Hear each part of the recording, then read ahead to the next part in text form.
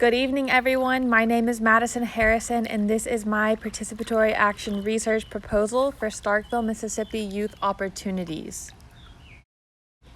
So y'all might be thinking, why Starkville, Mississippi? That's pretty random. We're out here in California.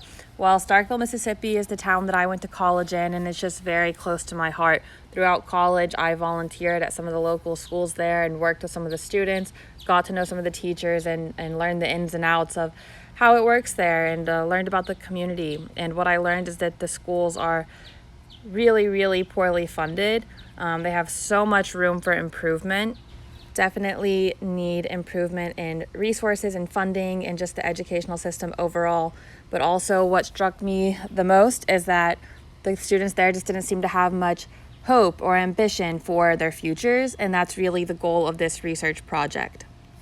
The state of Mississippi is consistently ranked one of the lowest for education and one of the highest for depression and one of the highest for poverty in America. First things first, in realizing why this is an important project, we need a little bit of a history lesson here. So pre-Civil War, whatever little money was spent on education went to white students. So they got very little. The black students got even less. From 1890 to 1960, which is after the Civil War, there's $25 billion more dollars spent on white students than black students. Then we can just look at private schools versus public schools, which there's a very big difference overall in the nation, but especially in Mississippi. Even the public money that was supposed to go to public schools, still the vast majority of it has gone to private schools. As we can read here in much of the research that I did and learning about the state's history, basically policymakers did not want to give white taxpayer money towards any black students. They said that was against the rights and liberties of whites within the state. And unfortunately today, the public schools are still seeing the negative effects of those policies. This is a look at the downtown of Starkville, Mississippi.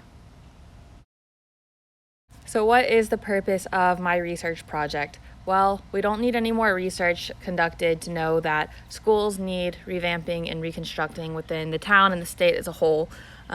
So I'm not looking to get any more funding to change curriculums here, but I am looking to provide external resources for kids that will hopefully teach them skills that will stick with them through the rest of their life, will provide them with more opportunities for their careers in the future, and overall can help them have benefits that boost their academic performance as well. The ultimate goal of education is to help them become successful, functioning members of society, and that is what this research goal is, to help discover ways for them to do that and provide them with hope for their future. We have here a list of many of the positive effects of extracurricular activities on education, which I found in doing research.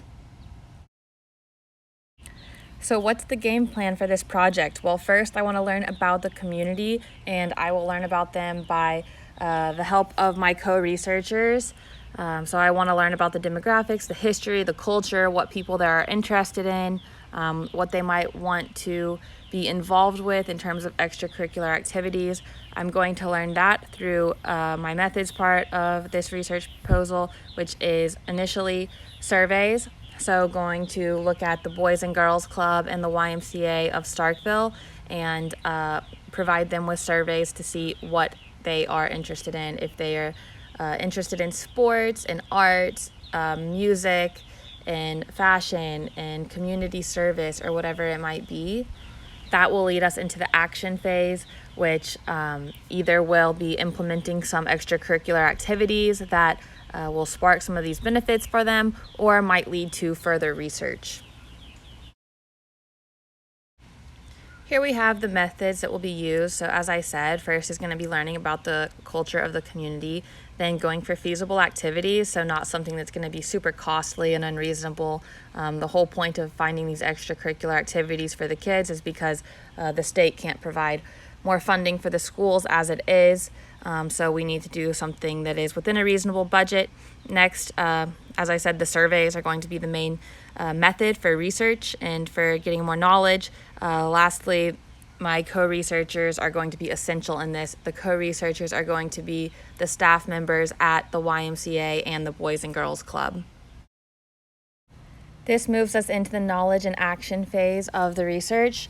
So in this phase, we will either be implementing the findings, which would maybe be whatever extracurricular activities the kids are most interested in, such as a sports team or a music club or a reading club or something of that nature. This will provide the kids with a sense of belonging, help them set goals for themselves, teach them how to work hard to reach the goals that they've set.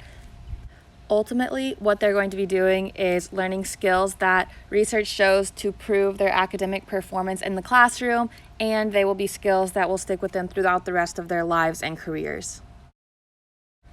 Another action might be to have a focus group with myself and my co-researchers, brainstorm some ideas, and depending on what those ideas are, we might need to interview some of the parents of kids. This would help us get a better sense of what people within the community want and need as they are the stakeholders.